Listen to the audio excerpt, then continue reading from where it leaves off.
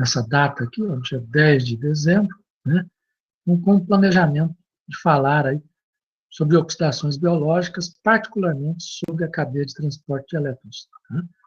E nós temos um planejamento aí para o sábado de uma atividade assíncrona, né, já relacionada com carboidratos, né, e na segunda-feira o planejamento aí da contextualização da situação problema 2. Eu acho assim, né, que eu vou falar hoje aqui, né, praticamente já vai contextualizar essa situação problema, né, de tal forma que eu poderia estar atendendo a solicitação de vários estudantes, né, de usar essa segunda-feira aqui para fazer uma revisão, né, a respeito de todos os conteúdos que a gente apresentou para vocês e que estão associados aí a essa primeira avaliação, né, pelo menos assim, da parte aí de bioquímica, dos conteúdos de bioquímica do módulo das moléculas aos tecidos.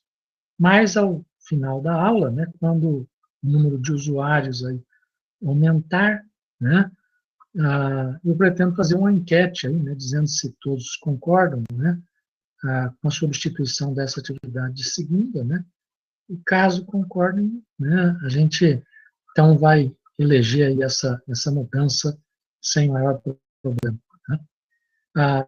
Deixa eu já lembrar aqui vocês, né, que depois disso nós vamos ter a aula aí de quinta-feira, né, atividade assíncrona no sábado, tá, e vocês só vão voltar a ter atividade aí no dia 1º de fevereiro, né, do ano que vem, né?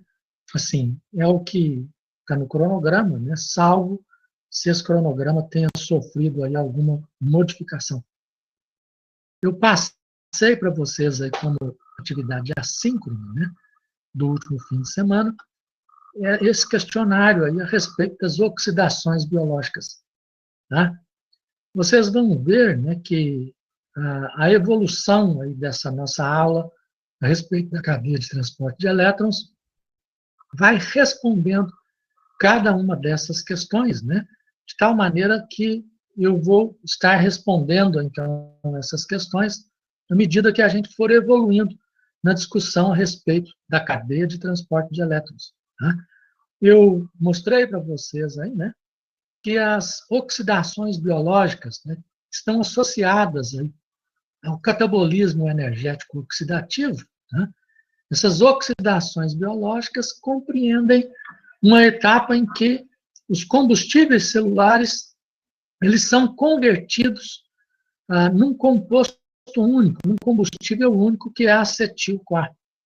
E a acetil-CoA, então, ela entra aí numa segunda etapa do processo das oxidações biológicas, que constitui as reações do ciclo do ácido cítrico. Tá? Então, no ciclo do ácido cítrico, a acetil-CoA ela é oxidada. Os átomos de carbono vão ser convertidos em CO2, os átomos de hidrogênio eles vão ser associados a coenzimas de oxirredução, tá? Que são o FAD, o NAD. E essas coenzimas de oxirredução reduzidas, geradas nessa etapa, não só nelas, né? A gente vai ver depois que outros processos, tá, também podem gerar essas coenzimas reduzidas, né? E as coenzimas reduzidas vão transferir os chamados equivalentes redutores, seus átomos de hidrogênio, os prótons e elétrons, para uma série de compostos que constitui o que é chamado de cadeia de transporte de elétrons. Essa cadeia de transporte de elétrons constituída aí por compostos presentes na membrana mitocondrial interna. Tá? Então, o propósito dessa cadeia de transporte de elétrons é receber os equivalentes redutores das coenzimas de oxirredução, tá? E através do processo aí de transporte aí desses equivalentes redutores, tá? Até o oxigênio molecular, levando à liberação de energia, tá? Essa energia ser utilizada, então, para a produção de ATP. Tá? Então, o propósito da cadeia de transporte de elétrons é obter energia a partir aí, da oxidação desses equivalentes redutores, né? Da transferência desses elétrons até o oxigênio molecular, com a consequente produção aí de ATP. Então, isso representa aí, né, a resposta para a nossa primeira questão aí do questionário, qual que é o propósito dessa cadeia de transporte de elétrons. O ciclo do ácido cítrico, dentro de uma perspectiva bioenergética, ele, então, produz aí, um GTP, e esse GTP ele pode ser convertido aí em ATP, tá? Tanto que a gente pode já contabilizar os produzidos no processo completo, como o ATP, mesmo que tenha sido um GTP produzido nesse ponto. Tá? Além disso, a gente tem 4 reações de oxirredução no ciclo do ácido cítrico. 3 que vão usar NAD e vão produzir, então, 3 NADH mais H+, e uma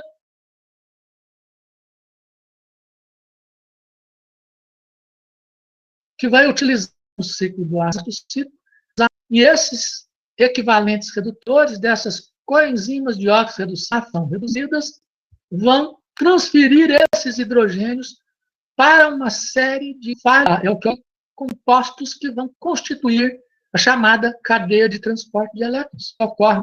Atualmente, a cadeia de transporte de elétrons ela é descrita em termos desses complexos, né, de organização, né, o complexo 1, o complexo 2, o complexo 3, o complexo 4, tá?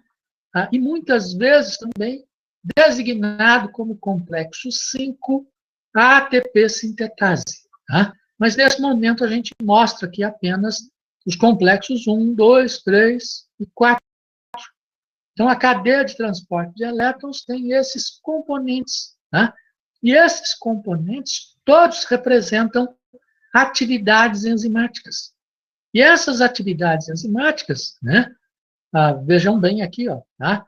Oxirredutase, oxirredutase, oxirredutase, oxidase. Oxidases, né, são uma categoria das oxirredutases. Então, todas as enzimas aqui da cadeia de transporte de elétrons, elas são da categoria aí, das oxirredutases, né? Com exceção lá da ATP sintetase. Né? Então, a ATP sintetase ela vai catalisar uma reação de fosforilação. Tá? Então, ela vai acoplar aí as oxidações que vão ocorrer na cadeia de transporte de elétrons com a fosforilação de ATP, tá? De ADP produzindo ATP, ela que permite aí esse processo que é chamado, então, de acoplamento das oxidações à fosforilação. Então, eu perguntei aí qual é a classe geral das enzimas que catalisam as reações da cadeia de transporte de elétrons. Então, essa classe geral vem a ser, então, oxirredutases. As nossas oxirredutases vão compreender, então, esse complexo 1. Tá? Esse complexo 1, ele compreende aí uma enzima que pega hidrogênios do NAD e transfere esses hidrogênios para um componente que é chamado aí de coenzima Q, tá? Ou de ubiquinona, ou a variedade mais específica, né, da coenzima Q é chamada abreviadamente aí de COQ10, tá? Que tem 10 unidades de isopreno, né, na sua composição de terpeno, né? Essa molécula é classificada quimicamente, né, como uma substância politerpenoide, né, politerpênica. Tá? Então, essa enzima é uma enzima que usa 2 substratos. E a nomenclatura para as enzimas que usam 2 substratos é desse jeito aqui. Ó. A gente pega o nome do primeiro substrato, coloca 2 pontos e o nome do segundo substrato. E logo a seguir coloca a categoria da enzima. Por isso que a gente tem aqui a NADH mais H+, 2 pontos, COQ, 10, né? Oxirredutase. Né? Então, essa enzima constitui aí o complexo 1. Muitas vezes os autores vão usar designações assim diferentes, não vão colocar esses dois pontos, né? Sob argumentos diferentes, né? Eu já vi gente dizendo assim, né, eu uso um tracinho, um hífen, né? Fica mais bonitinho se eu usar um tracinho, né? É um argumento assim, que é pouco científico, né? Eu já vi gente dizer assim, eu uso o hífen porque esses dois pontos ficam parecendo aí que é elétron, né? São dois elétrons, né? Assim, aí isso já faz mais sentido, é um argumento mais razoável, né? No caso específico aqui, a gente tem envolvimento de fato de elétrons, mas outras enzimas aí com dois substratos não vão ser da classe aí das oxirredutases, né? Então, assim, faria sentido aí esse argumento. Mas, em termos aí da nomenclatura da Comissão de Enzimas da União Internacional de Bioquímica, esses dois pontos aqui devem ser usados aí para a designação dessas enzimas. Tá?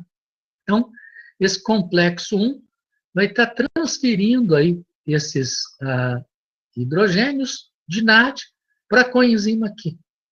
Nós temos aí também complexo 2, que vai estar transferindo hidrogênios aí provenientes do succinato, né, para a coenzima Q. Né? Na realidade, aqui nós temos todos esses complexos, eles são aí constituídos por uma grande quantidade de subunidades, né? E tem várias outras atividades aí acopladas, né? E esse complexo 2 ele pode estar recebendo também equivalentes redutores aí, de outras desidrogenases, mais desidrogenases que vão usar FAD, que vão formar FADH2, ou que vão formar a flavina mononucleotídeo reduzido, aí, FMMH2. Tá? Mas, classicamente, o intermediário, aqui, esse complexo, ele é chamado, então, de succinato, tá? Coenzima Q-oxirredutase. Tá? E a gente tem a transferência de hidrogênios para a coenzima Q. Tá? Então, o componente seguinte, aí, alimentado por esses dois caminhos, o caminho proveniente das coenzimas geradas a partir de niacina e o caminho proveniente das coenzimas geradas a partir de riboflavina. Tá? Então, nós temos, então, esse intermediário comum, que é a coenzima Q, nas reações aí da cadeia de transporte de elétrons. Qual é o intermediário da cadeia de transporte de elétrons que recebe os átomos de hidrogênio de todas as coenzimas que alimentam essa via metabólica? Então, esse intermediário vem a ser a coenzima Q. Então, essa coenzima Q, né, chamada aí também de ubiquinona, na realidade, se escrevia até aí com trema, né, porque está relacionado a natureza ubiquitária, ubíqua, né, desse composto aí na natureza, né, por isso que ela recebeu aí essa designação de ubiquinona, tá? Mas, assim, ela tem múltiplos de unidades aí, terpênicas, aí, né, isoprênicas de 2-metilbutadieno, que vão se ligar aí, gerando esse intermediário aqui na estrutura, né, de tal forma que essa ubiquinona, então, ela tem essa estrutura, e nesse estado aqui, que é um estado oxidado, esse grupamento oxigênio ocorre aí dessa forma, né, e ao receber aí hidrogênios e elétrons, eu vou ter a geração, então, desse derivado aí que é chamado de ubiquinol. Tá? Então, esse ubiquinol é a forma reduzida da ubiquinona. E o ubiquinol, então, ele vai transferir os hidrogênios para o complexo 3.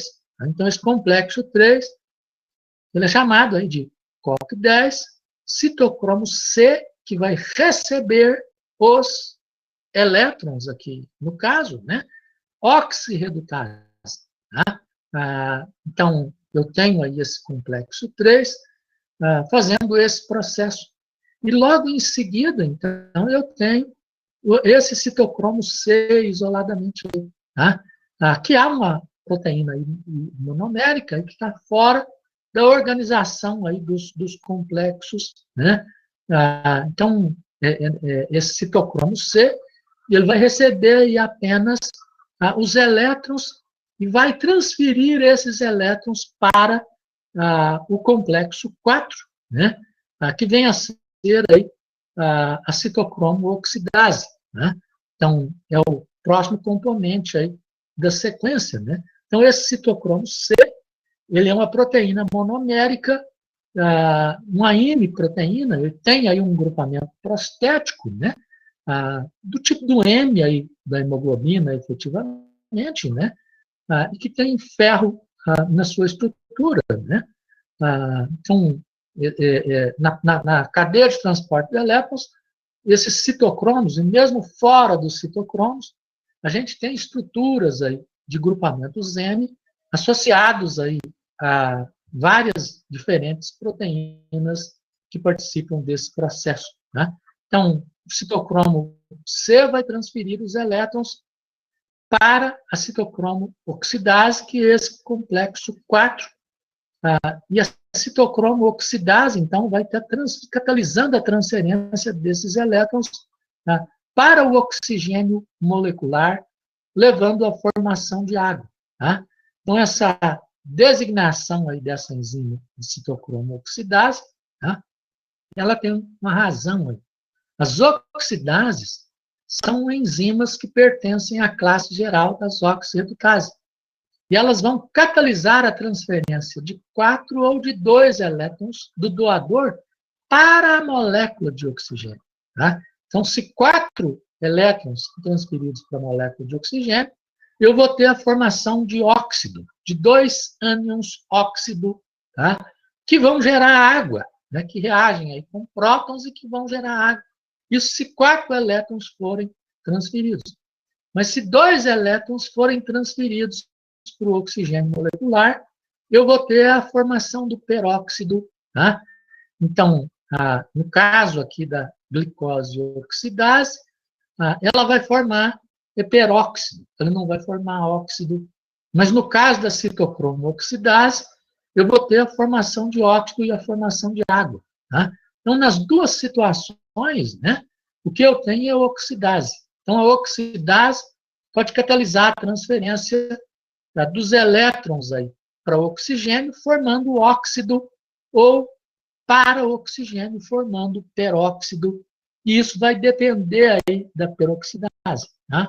Porque quando os 4 elétrons passam pelo complexo 2, a menor produção de ATP. Nós vamos chegar nesse ponto, viu, Lucas Rodrigues, viu?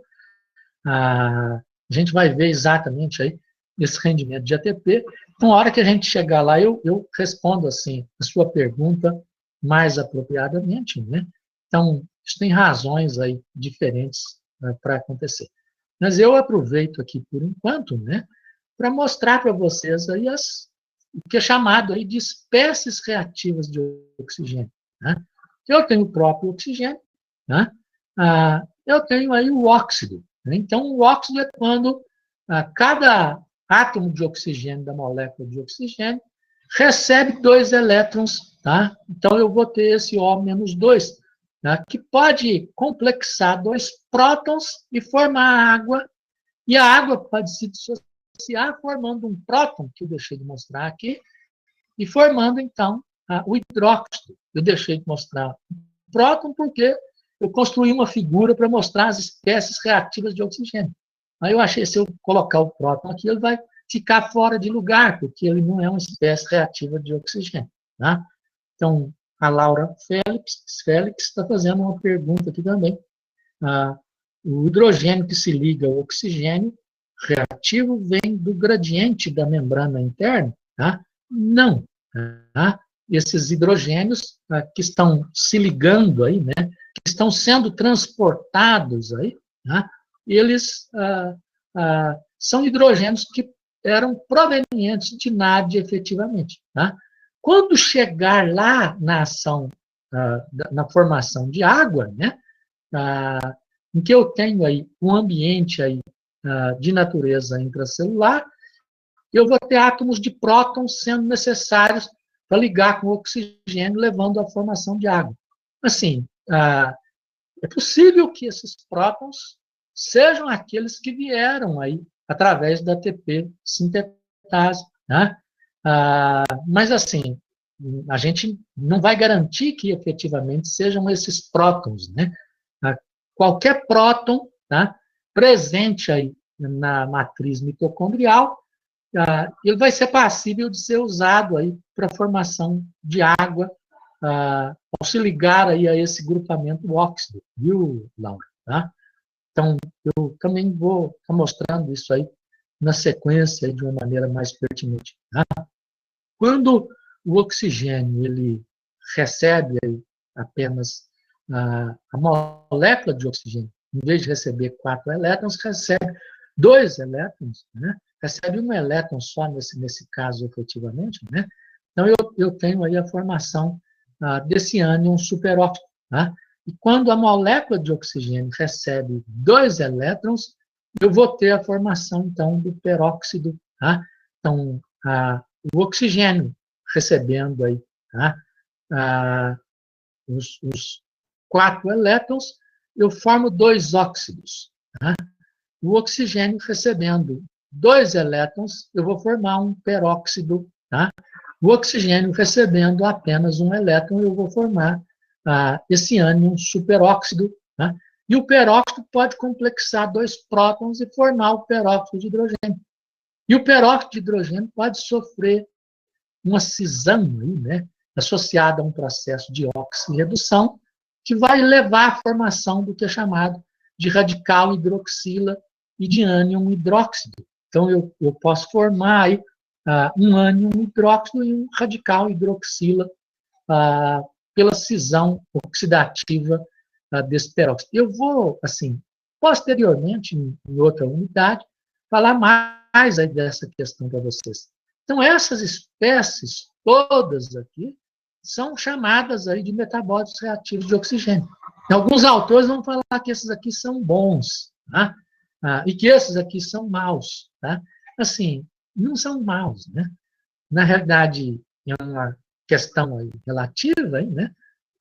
Porque mesmo essas espécies, né, como o ânion superóxido, o radical hidroxila, que são radicais livres, que são metabólitos reativos do oxigênio, que são radicais livres e que têm implicações deletérias no nosso organismo, essas espécies também elas podem participar de processos aí de natureza fisiológica, como, por exemplo, uma apoptose, a morte celular programada.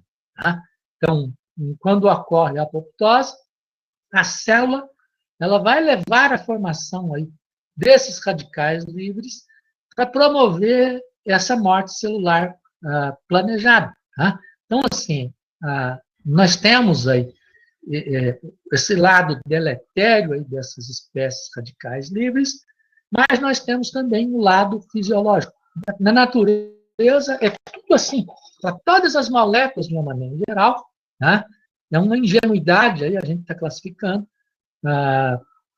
uma questão assim, como as pessoas gostam de fazer até com o próprio ser humano, né? Endeusa uma pessoa e demoniza outra, né? E as coisas não são assim, né? Qualquer pessoa aí vai ter um lado positivo, vai ter um lado negativo, vai ter coisas que agradam, que desagradam. Isso é natural e isso também está presente aí nas nossas moléculas. Então, na cadeia de transporte de elétrons, nós temos todos esses componentes que são, então, proteínas complexas, né? Formadas aí, né, por uma quantidade grande de subunidades. Olha só, complexo 1, 40 subunidades, complexo 2, 5 subunidades, tá? Esse complexo 3, 11 subunidades, ciclocromo oxidase, 13 subunidades. Então, a exceção é o componente isolado lá, né? Que é o citocromo C, que é formado apenas por uma subunidade aí nesse processo. Tá? Porque as reações da cadeia de transporte de elétrons ocorrem todas em um único sentido. Tá? Então, isso está ligado aí à questão do potencial de redução. Os elétrons, eles tendem a fluir de componentes que têm um menor potencial de redução para componentes que têm um maior potencial de redução. E nessa sequência, quem tem o maior potencial de redução é o oxigênio. Né? Então, o oxigênio poderia receber esses elétrons, esses hidrogênios, do NAD. Só que a quantidade de energia liberada ia ser uma quantidade grande. Né? E não ia dar oportunidade à célula de converter essa quantidade de energia em ATP, inclusive podendo ter implicações aí deletérias, né? Assim como tem no motor, aí, né? Que a liberação da energia por oxidação, aí, ela libera uma quantidade ela é grande, aí, né? Inclusive ao longo do tempo, nós vamos ter danos aí na estrutura do motor. Então, os elétrons fluem para o oxigênio molecular, exatamente porque o oxigênio molecular ele tem um maior potencial de redução. Então, eu tenho aqui, olha só, potencial de redução do NAD, tá? Menos 0,32 volts, né?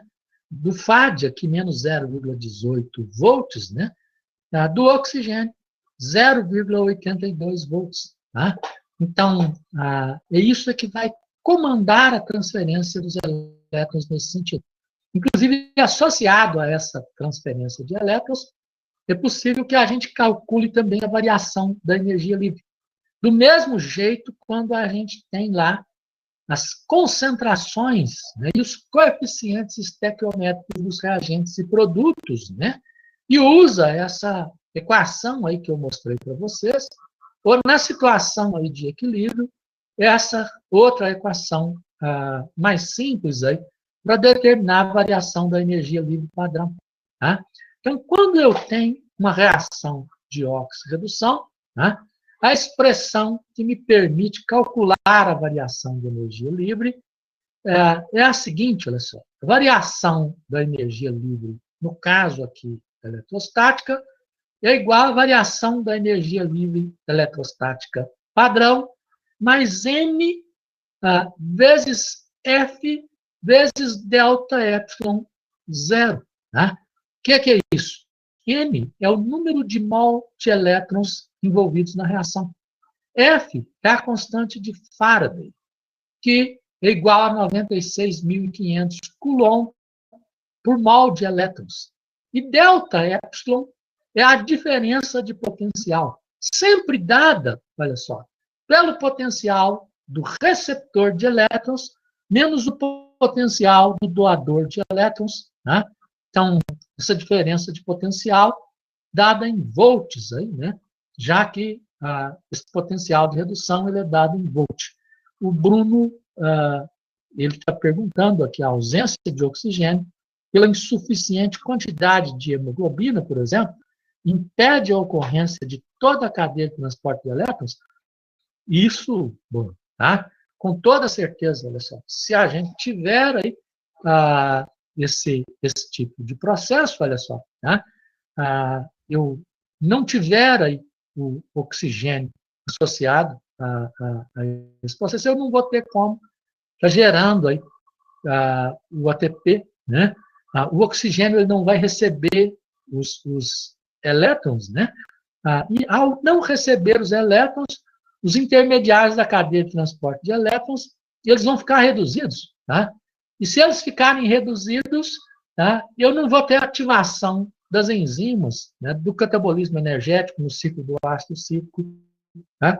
Então, assim, o catabolismo energético oxidativo ele vai parar efetivamente. Tá? Então, é por isso que essa história aí, né, do transporte de oxigênio ele é essencial. Aí, né?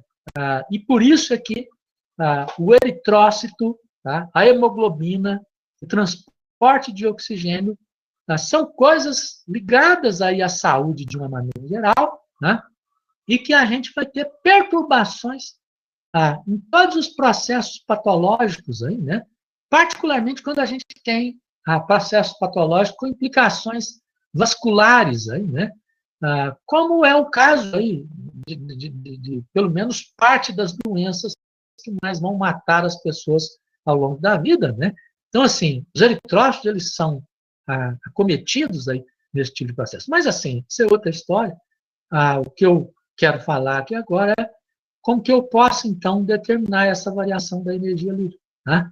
Então, usando aí essa expressão, eu posso estar determinando a variação da energia livre eletrostática. Inclusive, eu fiz aqui como um exercício, Bruno Silva Queiroz, né, concordou aí com a resposta do professor, eu achou que ela foi insuficiente, viu? Né? Se não concordar, aí pode argumentar aí, ativar a câmera, viu? Né? Usar os seus argumentos aí nesse sentido. Tá? E qualquer pessoa também. Viu? Usar o fone, né? O áudio, a câmera. Tá? Então, eu considerei que a transferência de hidrogênios do NAD para o oxigênio molecular. E calculei a variação da energia livre aqui e mostrei ela em calorias. Aí. Então, eu tenho, assim, a liberação de mais de 52 quilocalorias por mol, né? Então, se eu considerar que o delta G0, isso, o delta G0 em condições padrão, né? Então, se a produção de ATP em condições padrão gasta 7,3 quilocalorias por mol, então eu poderia estar formando aí cerca de 7 ATPs. Tá? E quando os hidrogênios de FAD são conduzidos para o oxigênio, tem uma liberação de energia que poderia estar produzindo 6 ATPs. Tá? Mas não produz isso, produz menos. Tá? Por que produz menos? Olha, né? Não é só ATP, né? A energia metabólica ela está associada aí também, por exemplo, à espontaneidade termodinâmica do processo. Se eu não tiver um delta G negativo, aí, se eu impactar a energia produzindo ATP, aí não produz ATP nenhum, não ocorre nada, porque eu vou perder a espontaneidade termodinâmica para que ocorra esse tipo de processo. Inclusive, essa figura mostra isso aqui, olha só. Tá? Aqui eu já tenho a variação de energia livre. Tá? Então, desde o NADH mais H+, até o oxigênio molecular, são liberados aí 220 kJ por mol aproximadamente, né? Então, uma quantidade de energia bastante grande. Tá? Mas se eu tiver os hidrogênios provenientes por a partir de FAD, tá? Eu vou ter a produção de menos ATP. Inclusive, isso já ajuda a responder ali a questão lá do Lucas Rodrigues, né? Por que os elétrons que passam pelo complexo 2 vai levar a menor produção de ATP? Porque eles estão associados à oxidação de coenzima de FAD. Com essa oxidação, né, de FAD-H2, né, a energia liberada desde o FAD-H2 até o oxigênio molecular, ela existe aí numa quantidade menor, né? Então, essa quantidade menor vai levar a uma menor produção de ATP. Então, para os hidrogênios que são provenientes de NAD, tá, até o oxigênio molecular, há a liberação de uma maior quantidade de energia. Então, constrói aí um maior gradiente protônico. Tá? A gente vai ver, vocês já estudaram, né? Eu estou só, assim, falando de coisas aí, né, que vocês já viraram até autoridades aí sobre o assunto, né? E quando eu tenho a oxidação do FAD, libera menos energia, e eu posso construir aí um gradiente protônico menor, né? Menos prótons vão migrar para o espaço intermembranário aí nesse sentido. Como que o ATP é produzido na cadeia de transporte de elétrons? Né?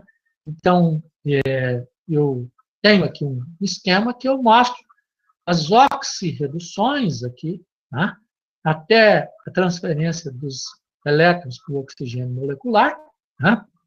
e a utilização aí da energia para a produção de ATP pela ATP sintetase. Tá? Então, quando os hidrogênios eles vêm de NAD, tá? A energia liberada na transferência desses hidrogênios para a coenzima Q, ela é usada para fazer com que prótons da matriz mitocondrial sejam bombeados para o espaço intermembranar. Tá? Esses prótons são prótons provenientes de NAD? Pode ser, né? Mas assim, são prótons efetivamente da matriz mitocondrial, de tal forma que isso vai estar fazendo com que haja a construção de uma alcalinidade na matriz mitocondrial e de uma acidez no espaço intermembranar. Tá? Então, há a geração aqui de um gradiente de pH baseado aí nesse diferencial da concentração protônica. Tá? Aí os hidrogênios vão sendo transferidos, vão para a coenzima Q, da coenzima Q para o complexo 2. Tá?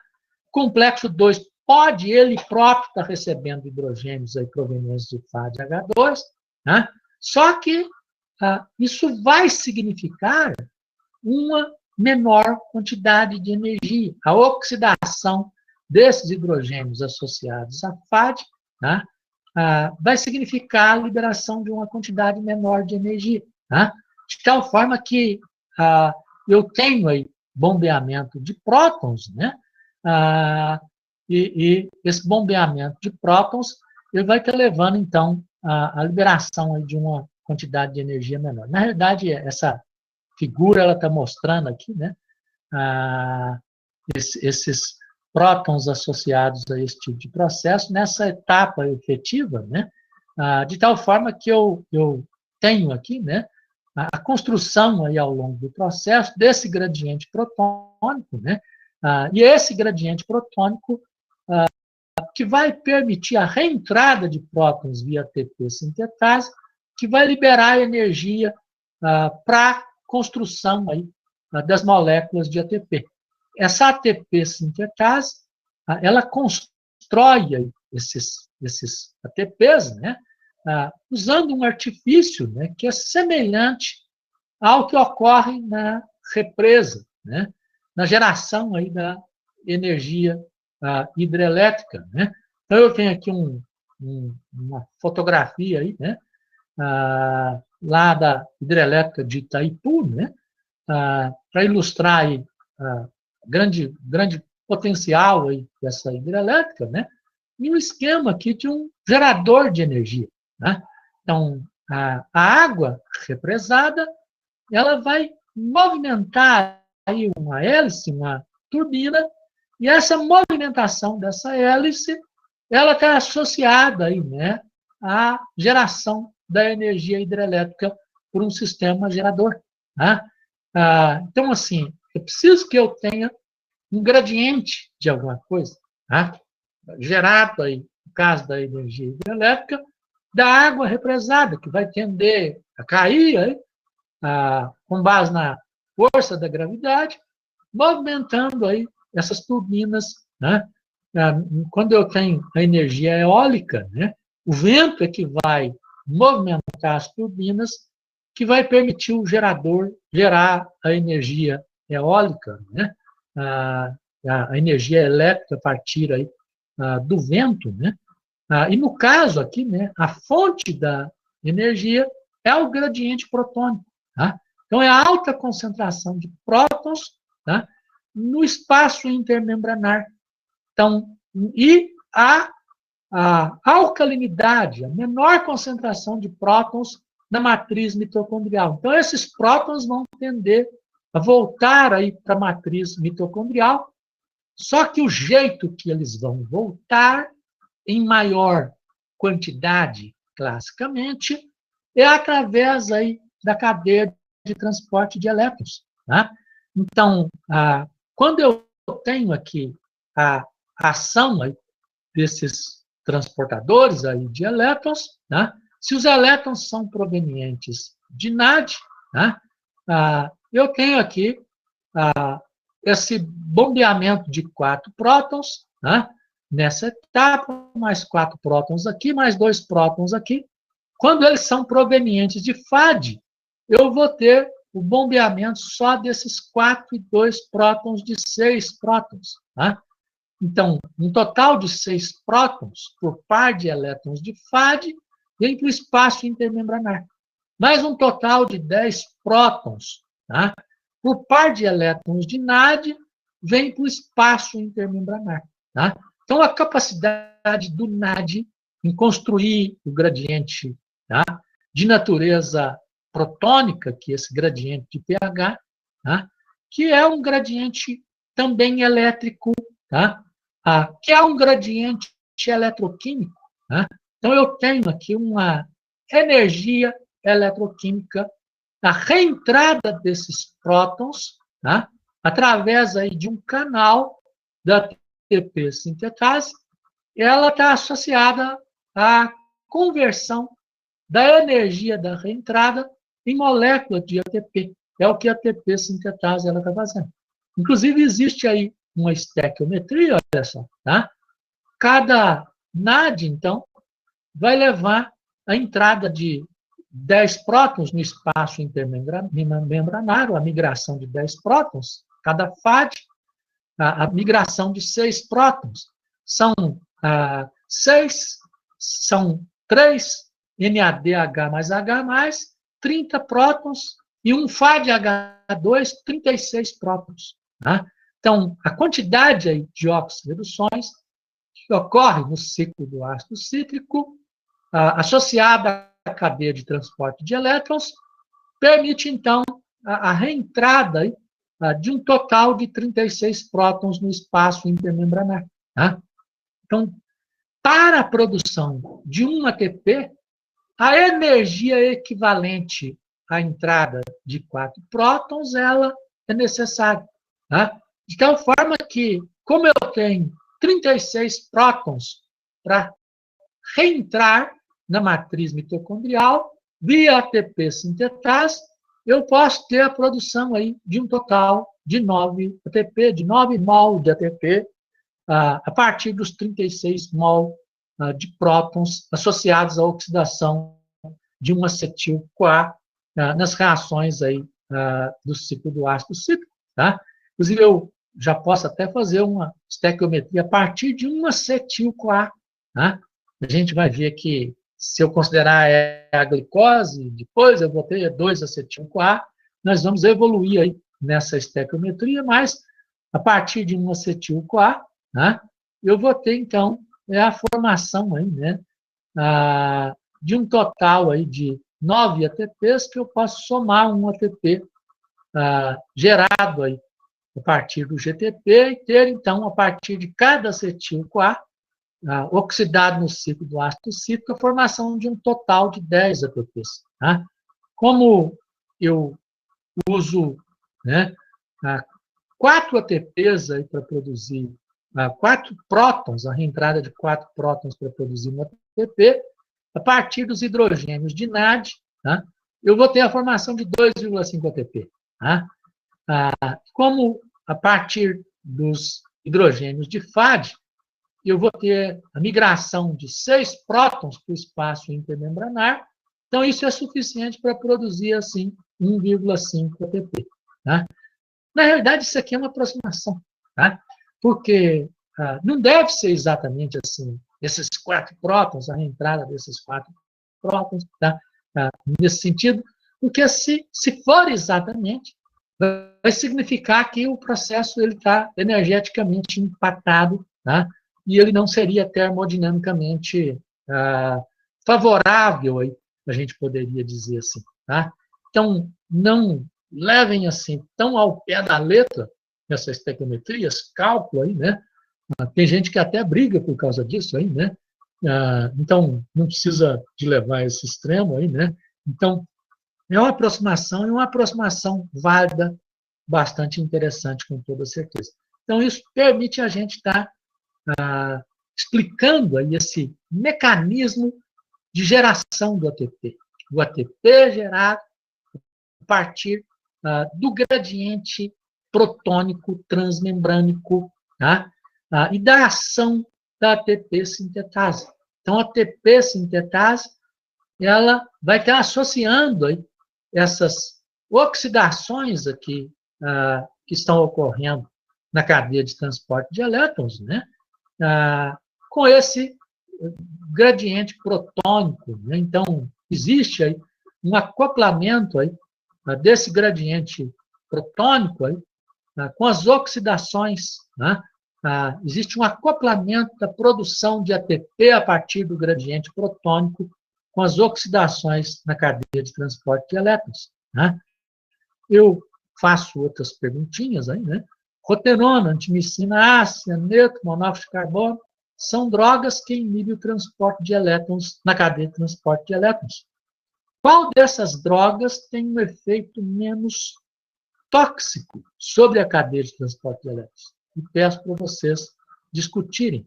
Então, essas espécies aí são inibidores da cadeia de transporte de elétrons. Então, a cadeia de transporte de elétrons tem inibidores aí de complexo 1, inibidores do complexo 3, inibidores do complexo 4, da citocromo oxidase. Tá? Então, aqui eu já posso ver uma coisa importante. Inclusive, assim, não está aqui, ó, tá? Mas vocês podem enxergá-lo também. Succinato fumarato. Nós temos essa reação da succinato deshidrogenase, né? Associada à inibição por malonato. Então, o malonato ele pode estar inibindo também esse complexo 2 aqui, efetivamente, né?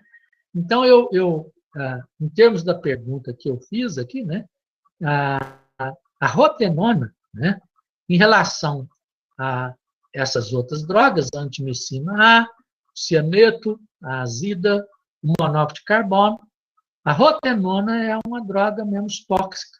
Por que ela é uma droga menos tóxica? Porque ela impede só uma rota de entrada, tá? Na cadeia de transporte de elétrons. Essa outra rota de entrada, a rotenona, ela não está bloqueando. Tá? Então, a rotenona é um inibidor menos tóxico. Do mesmo jeito que o malonato, né, que vai estar agindo aqui, ó, tá? Ele é menos tóxico também, né, porque eu vou ter a outra trajetória aqui ocorrendo perfeitamente aí nesse sentido. Tá? A rotenona lembra um pouco aí a estrutura da ubiquinona. A gente poderia pensar que ela competiria aí com a ubiquinona, mas assim, a literatura mostra que não compete, né? Que não seria esse mecanismo de ação dela. O amital também, né? Ele não tem aí um mecanismo de ação claro aí, né? Na literatura, né? Mas quando a gente tem aí o monóxido de carbono, a azida, ácido fórmico, cianeto, ácido sulfídrico, né? Então, essas espécies, elas têm mecanismos aí que já são, assim, conhecidos, né? Então, esse artigo, ele, antigo, aí, mostra isso, e a gente até vê aqui, ó, no caso de monóxido de carbono, olha só, tá? Então, eu vou ter aqui, ó, a velocidade máxima sem alterar, tá? E o valor de Km com o aumento da concentração do inibidor, ele sofrendo um aumento, tá? Então, o 1 sobre Km está diminuindo, mas o Km está aumentando. Então, isso é típico aí da inibição de natureza competitiva. Tá?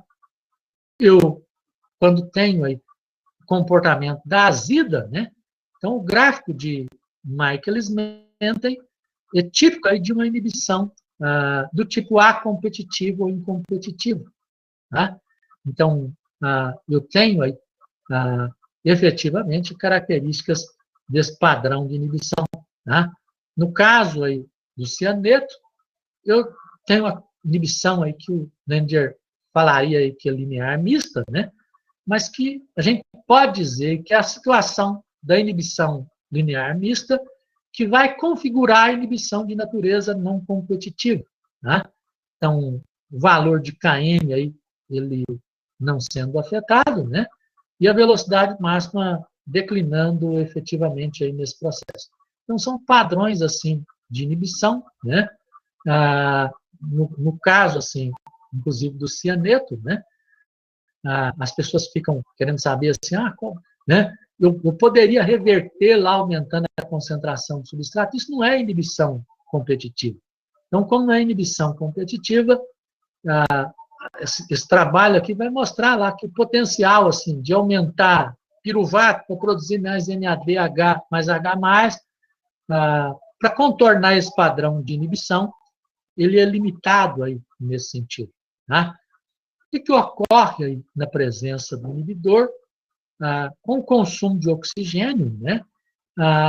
E a produção de ATP, tá? Que a concentração aí de NADH mais H+, tá?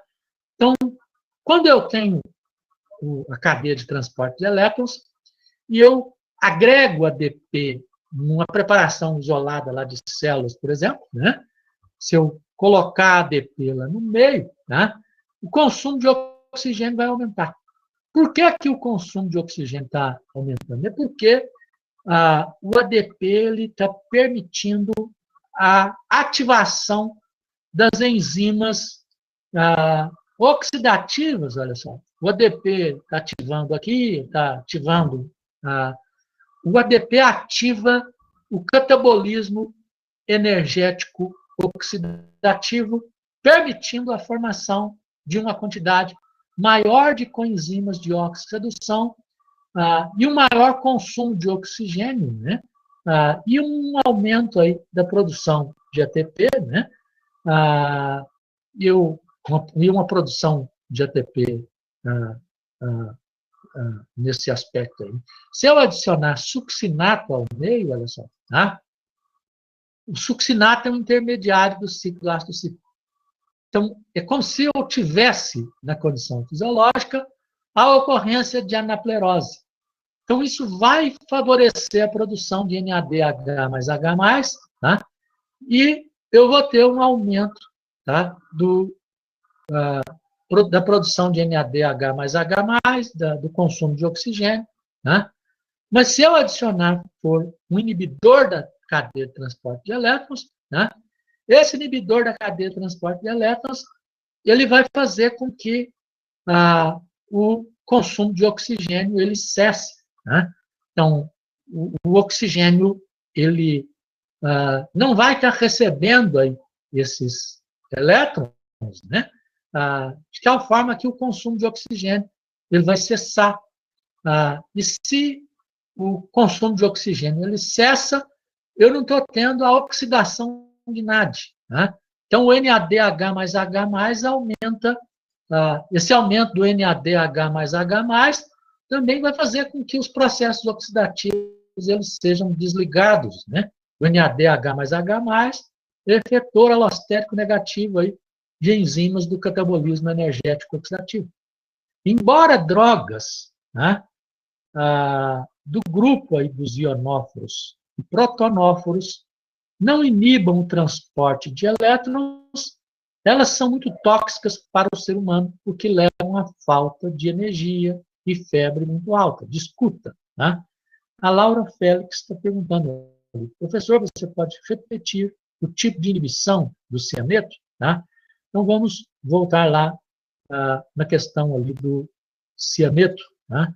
Então, quando eu tenho o cianeto, olha só, tá? O cianeto, no gráfico de Lineweaver-Burke, tá?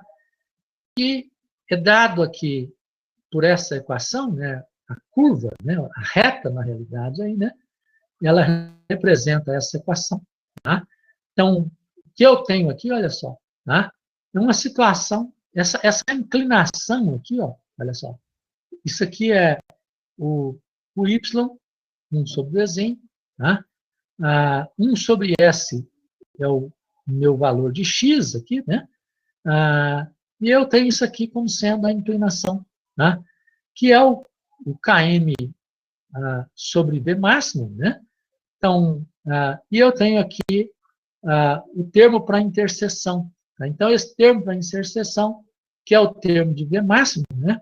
Então, eu estou tendo aqui esse V máximo está sendo alterado. Né? Então, V máximo está diminuindo. Aqui o V máximo está diminuindo. e o Km está se mantendo constante. Então, o Km representa, 1 sobre Km representa a interseção dessas retas aqui na abscissa, né?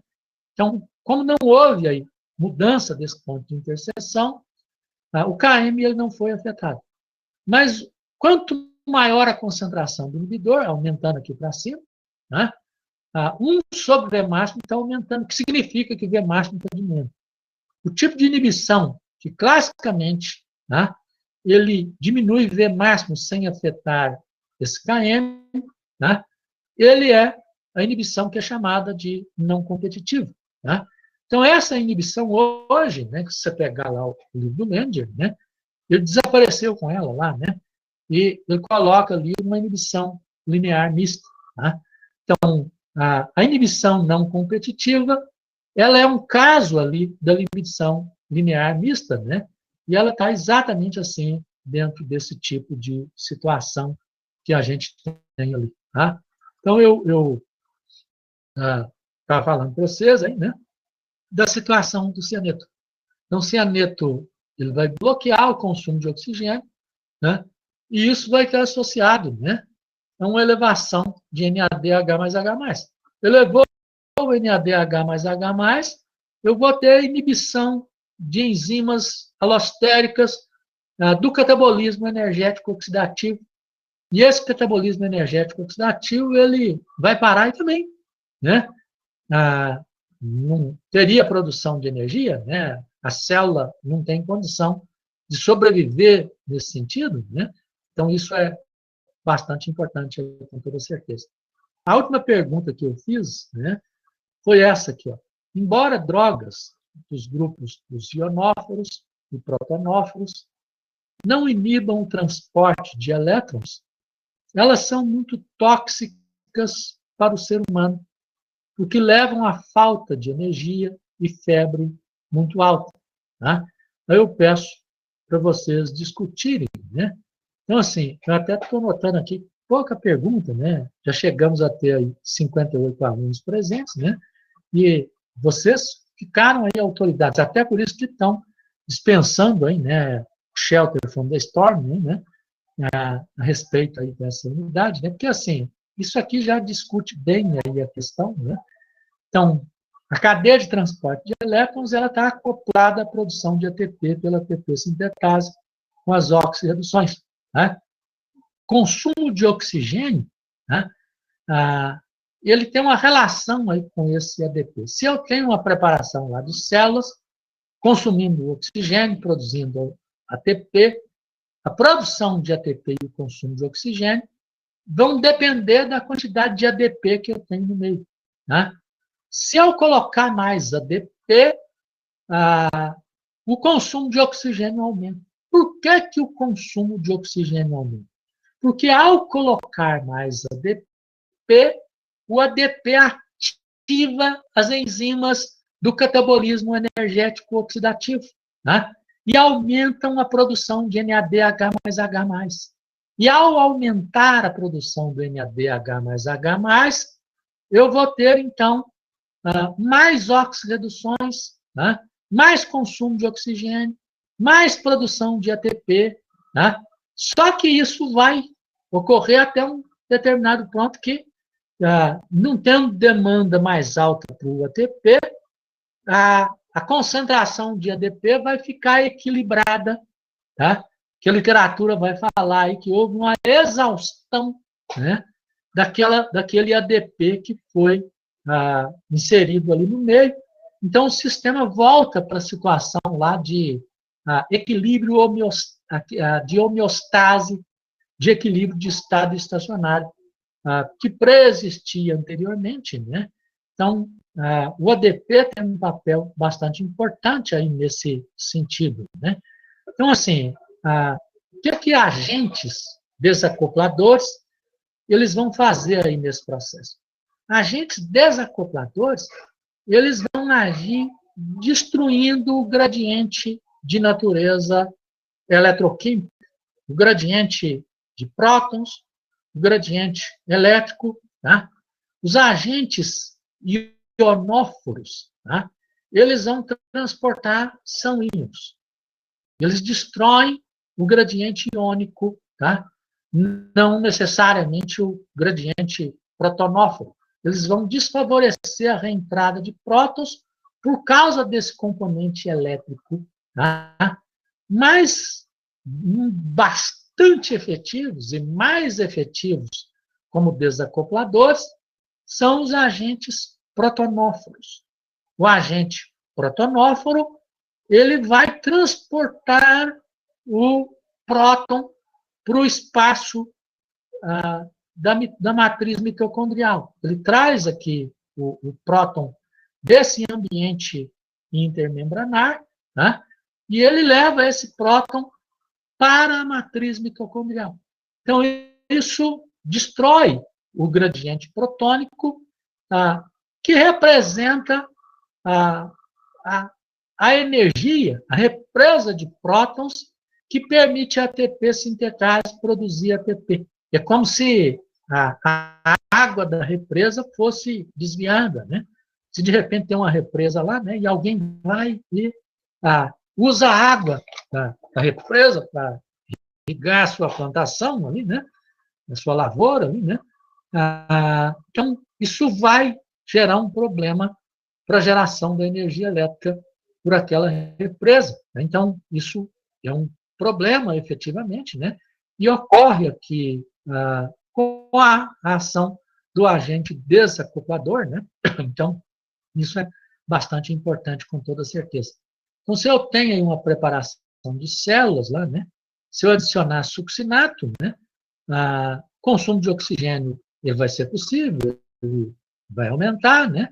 Que o succinato é intermediário do ciclo do ácido. Se eu adicionar ADP, aumenta mais ainda, mas aí eu tenho a exaustão, né?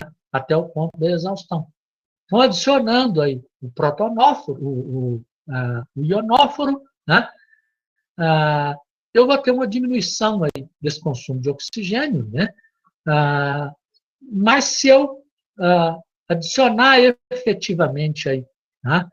O DNP, efetivamente, nesse sentido, né? Na verdade, assim, o consumo de oxigênio se elevando ali, o Lucas está fazendo uma pergunta ali, né? O FO e F1 representa a ATP sintetase? Sim, são subunidades aí dessa ATP sintetase. A gente, assim, né, não fala muito, né?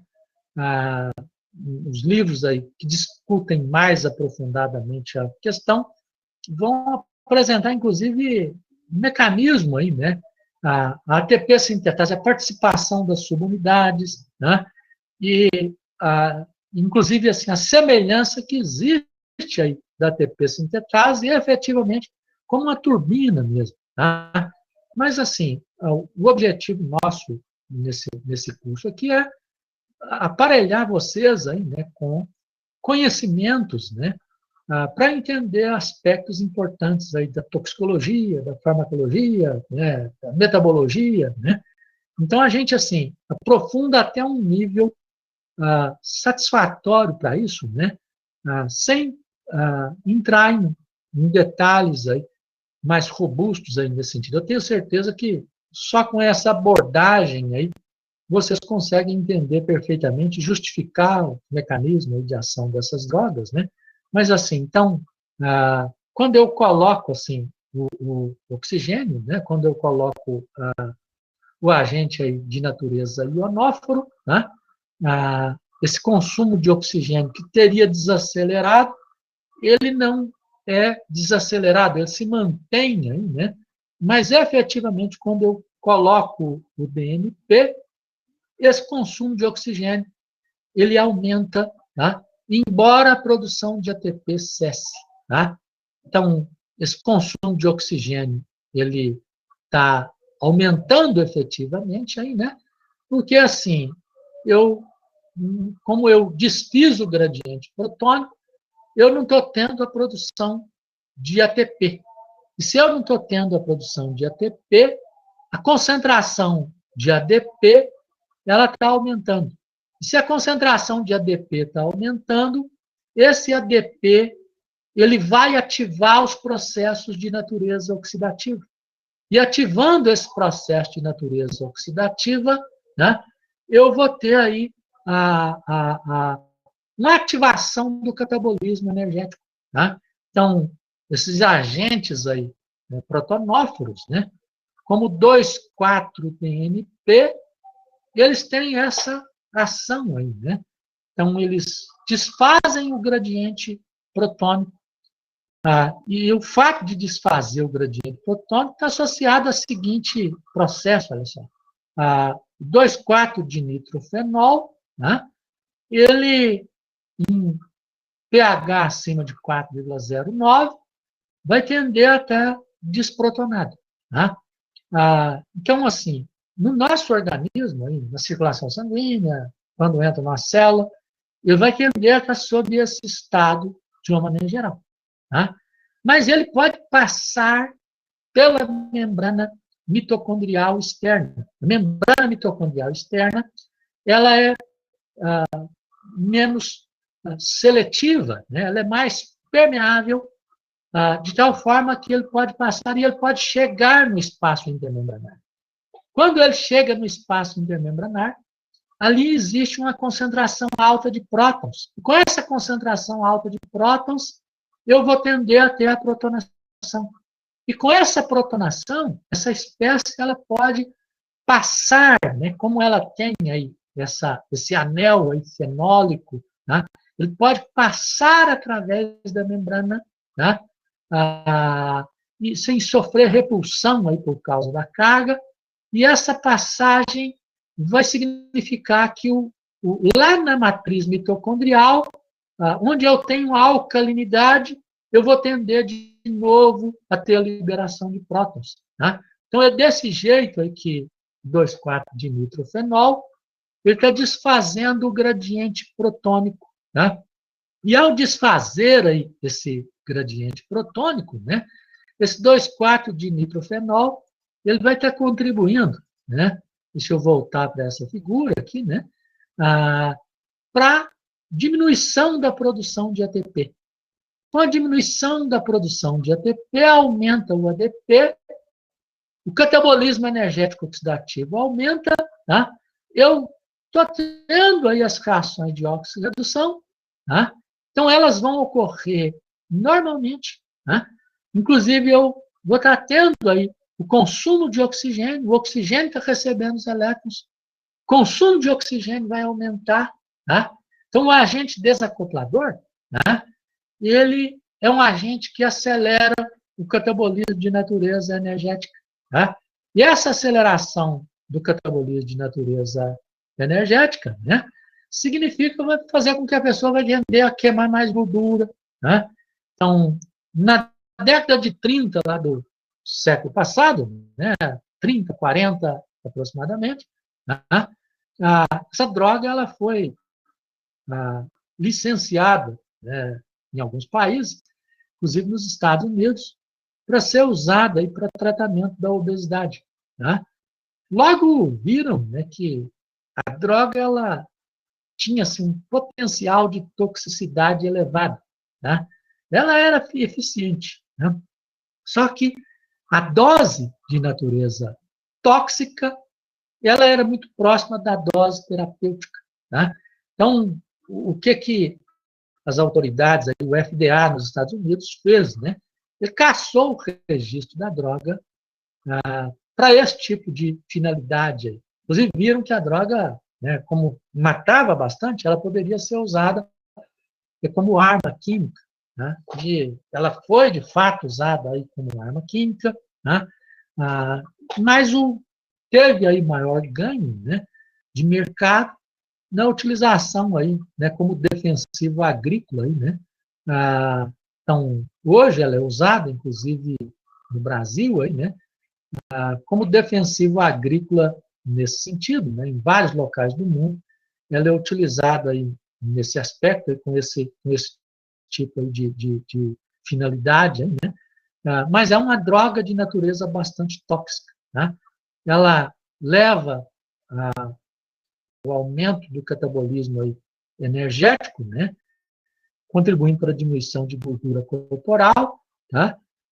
Inclusive assim, como o catabolismo energético oxidativo ele está aumentado, né? A parte da energia, não é a totalidade da energia que é convertida em ATP, tá? Normalmente, né? E nesse caso, assim, essa energia nem vai estar sendo utilizada para a produção de ATP, tá? Então, uma parte da energia no metabolismo normal, mesmo quando eu tenho a produção de ATP, ela é direcionada para o controle da temperatura corporal, para a geração de calor, para a manutenção da temperatura corporal, né?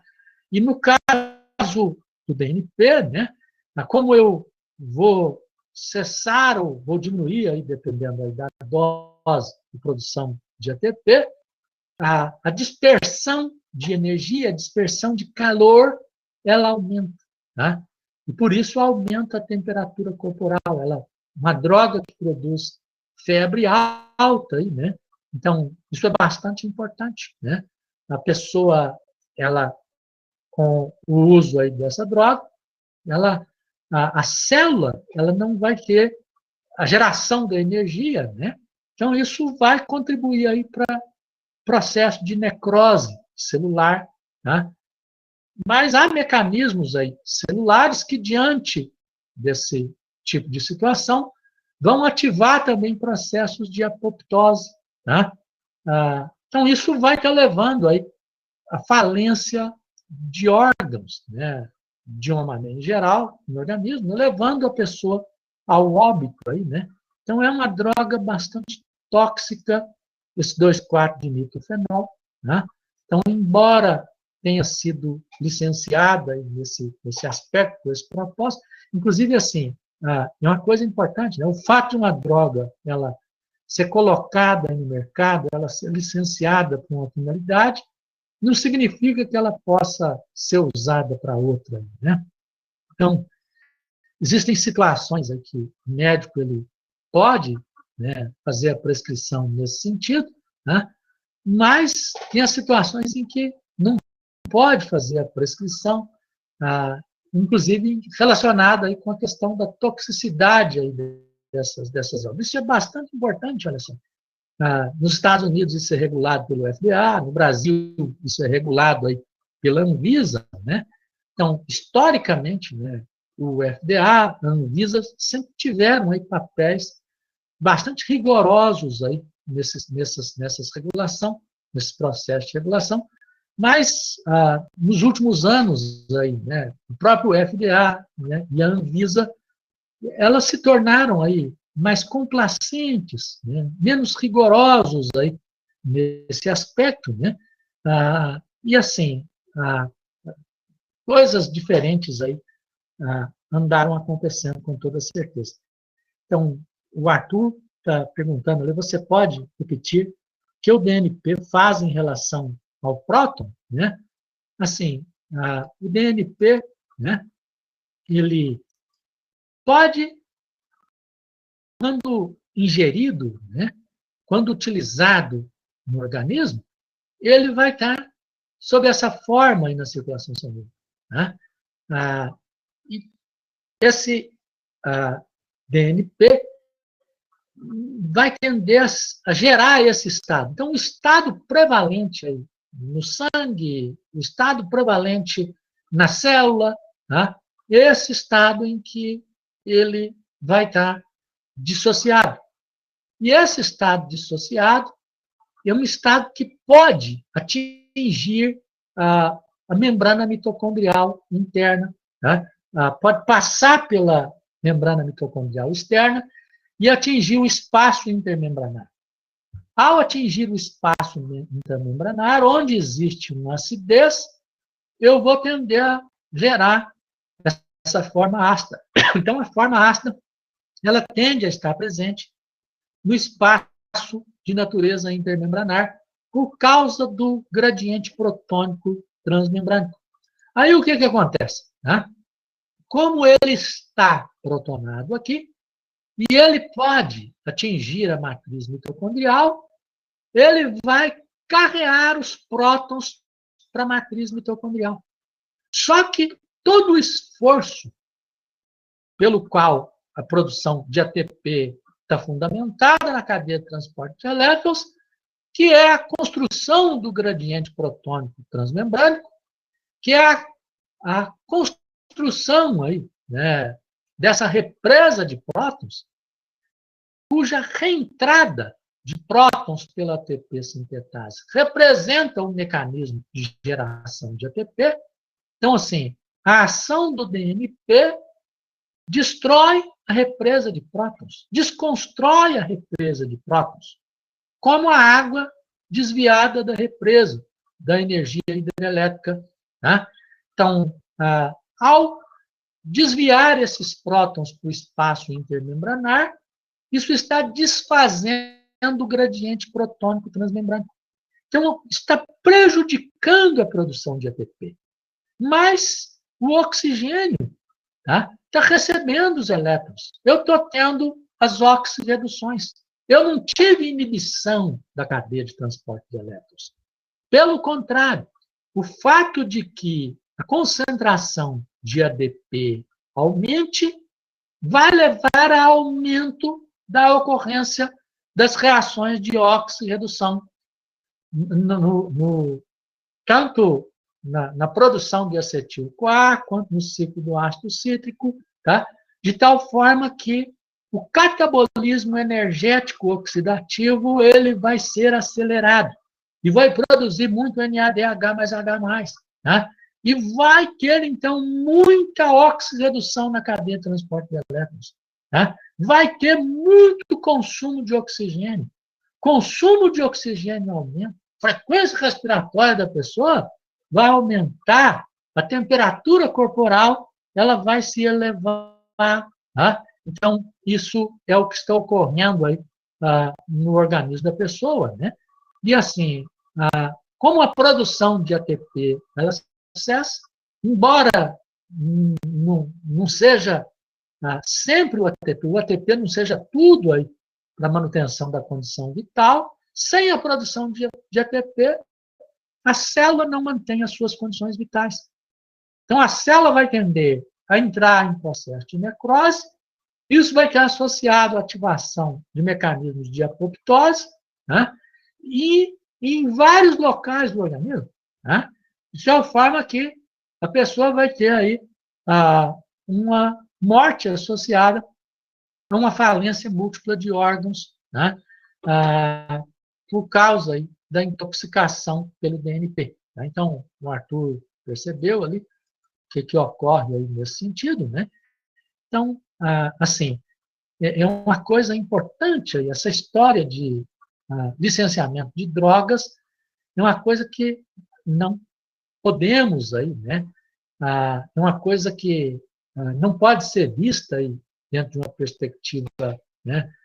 Só da questão aí da produção, né?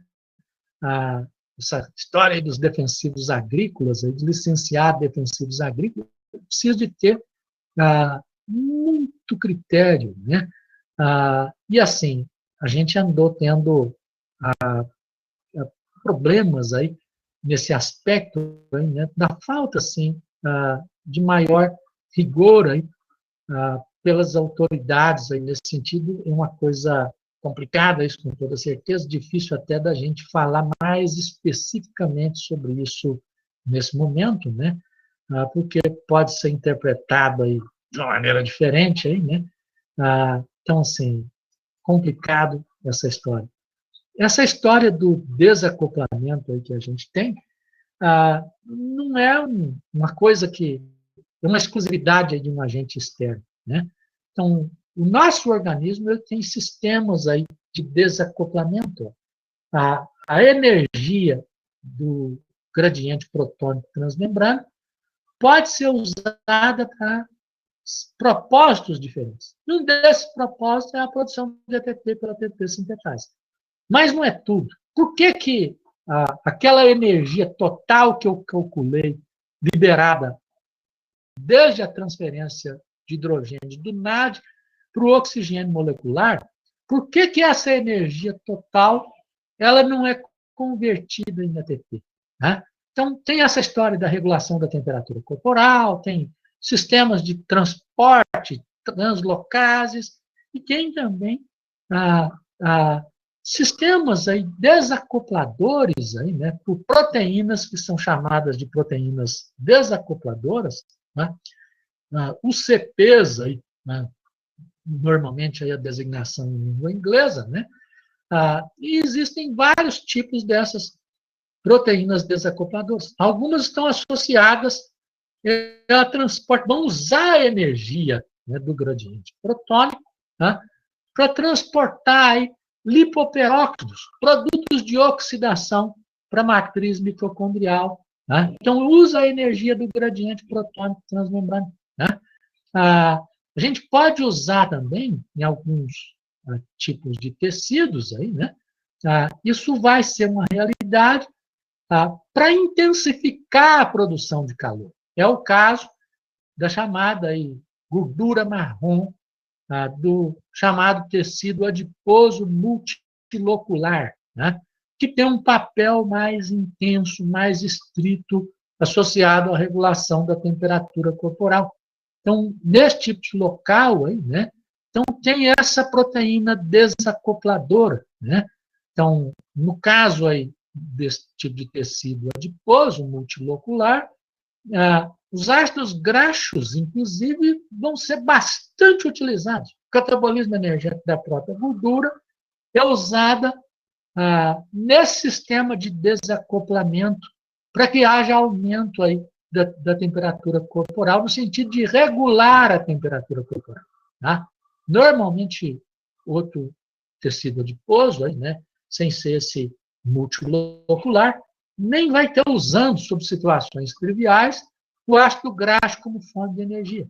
Mas no caso do tecido adiposo multilocular, essa gordura marrom, aí, rica em mitocôndrias, aí, então tem todo um aparato, né, para fazer com que esse tipo de tecido adiposo ele seja especializado aí, na dissipação de energia, na geração de calor. O catabolismo energético oxidativo é mais intenso, tem mais mitocôndrias, né? E tem esses sistemas de desacoplamento aí para atuar nesse sentido. Então, isso é bastante importante, né? Está associado aí à nossa cadeia de transporte de elétrons. Então, a cadeia de transporte de elétrons ela tem implicações aí, né, com a geração da energia por ATP. Ela é um local aí de ação de drogas aí, de várias naturezas, de inibidores aí, de cadeia de transporte de elétrons, né, de desacopladores de cadeia de transporte de elétrons. Vocês tiveram aí uma situação, problema, né, nesse sentido. Normalmente eu faria aí, uma sessão aí de Shelter from the Storm, né, sobre essa situação, problema, mas eu acho assim que eu praticamente já discuti tudo aqui hoje, né, e essa sessão ela está programada aí para segunda-feira, né, da próxima semana, antes da avaliação de vocês. Então, alguns estudantes me pediram aí, né, que, em vez de fazer aquela sessão de contextualização lá da situação do problema, que eu fizesse fosse uma revisão geral aí de todo o conteúdo naquela data. Né? Então, eu vou fazer uma enquete e vocês vão me responder aí, né, sim ou não. Então, tem uma pergunta aí no direito aí, vocês podem responder. Vocês querem que substitua, então, a sessão de contextualização por uma revisão mais geral, né? Então, eu posso fazer essa revisão mais geral, então, na segunda-feira. Então, já tem aí 33 pessoas que responderam, 34, 39, né? Então, algumas pessoas não responderam ainda, aí, né? Então, vamos lá, Lucas Paniago, Lavínia, João Vitor, Matheus Velho, Henrique Severino, Tiago, Fernanda Alves, João Vitor, não responderam aí, tá? Fabiana, Mian, Lucas Paniago, Lavínia, João Vitor, Matheus, Henrique Severino, Tiago Rezende, Fernanda, João Vitor, Pablo, né? Então, são as pessoas que não responderam. né? Aí eu queria até entender, assim, né? Eu até conversando aí com um colega professor, aí, né? Mencionei essa questão aqui da enquete, aí, né? Com um mecanismo, assim, até de verificação também de presença, de fato, aí das pessoas, aí, né? Então, tem duas possibilidades, a pessoa concorda ou não concorda, hein, né? Será que quem não respondeu não concordou, né? Não deve ser o caso, porque senão deveria ter dito não, né?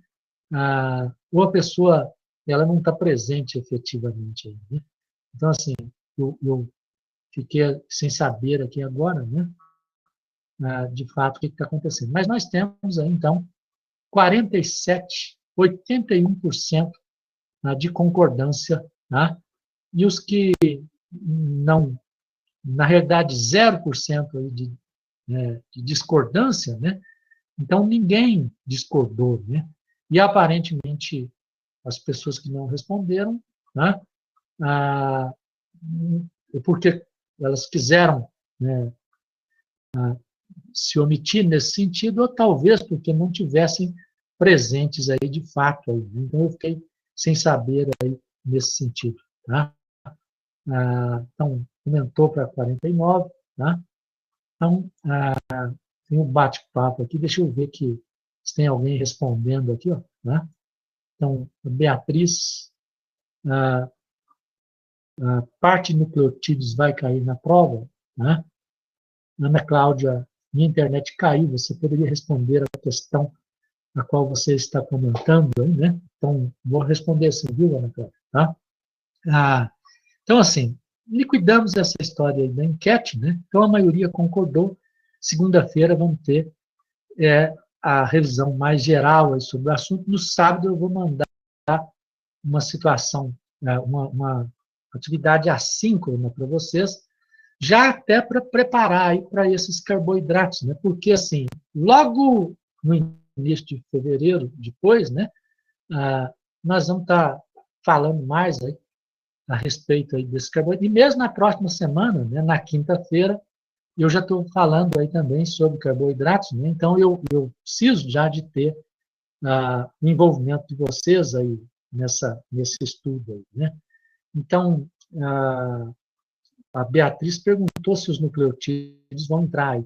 Com certeza, né? Eles fazem parte, né, também aí desse conteúdo. Tá? Embora, assim, a discussão que a gente fez nesse aspecto foi muito simples aí, né? E, mais apropriadamente, ela está associada aí aos conteúdos lá da genética molecular do professor Luiz Ricardo.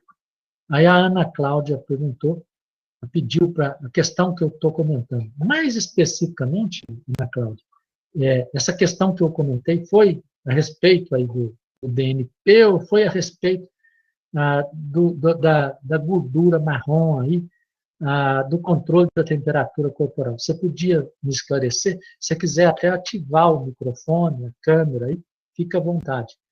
A Laura Couto, né, perguntando aí, você pode explicar como o DNP influencia na longevidade? Sim, tá? Então, assim, é uma coisa complicada essa história aí, né? Quando eu trabalho aí com essa história de longevidade aí, na disciplina de biogerontologia, né? A gente tem uma questão importante, né? Que é a seguinte, olha só, o excesso de calorias na alimentação, né, diminui a longevidade de animais experimentais e do ser humano. Né? E a restrição das calorias na alimentação, ela eleva a longevidade de animais experimentais, do ser humano. Né? Então, o DNP, ele age de uma certa forma que é como se ele estivesse fazendo essa restrição de calorias na alimentação. Só que isso não é de uma forma segura, né? E nem completa em relação à restrição de calorias na alimentação. A restrição calórica ela eleva a longevidade média e a longevidade máxima de uma população. Enquanto que o DNP, em animais experimentais, esse estudo só foi feito nesse sentido aí, viu? O DNP ele elevou só a longevidade média, não elevou a longevidade máxima. Tá? Então, e inclusive assim, o DNP sobre esse aspecto é altamente inseguro aí, né? Se ele não é usado para perda de peso, né? Os nossos órgãos aí de controle não autorizam para uso nessa finalidade, muito menos aí para a questão da longevidade efetivamente. Tá? Então, assim, a, a Ana Cláudia tinha perguntado ali, eu queria que ela me falasse, será que caiu de novo a internet dela lá? Para ela me esclarecer mais exatamente, né, o ponto da questão. Mas, enquanto isso, a Bianca Felice, você poderia explicar como o DNP reduz o envelhecimento? Vi estudos que sugeriam que ele reduziria a oxidação, por isso reduziria o envelhecimento da pele, mas não entendi. Tá? Assim, Bianca, não é o envelhecimento da pele, não, viu? Tá? É um envelhecimento de animais experimentais de uma maneira completa. Tá? Eu preciso tomar bastante cuidado aí a respeito aí dessa questão, viu? Tá? Para as pessoas não, assim, gerarem a impressão que exista intervenção segura com o uso do DNP nesse sentido. Né?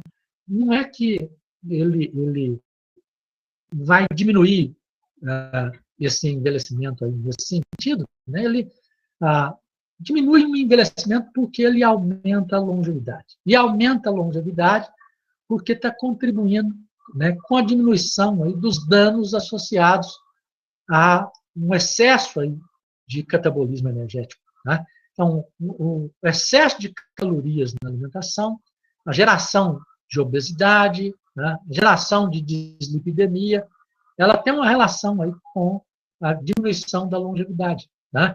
E o DNP, ao corrigir esse excesso aí de energia, ao corrigir aí essa obesidade, ele pode estar diminuindo fatores de risco para a mortalidade e contribuindo para a elevação da longevidade aí, média da população, muito pouquinho essa elevação aí da longevidade, viu?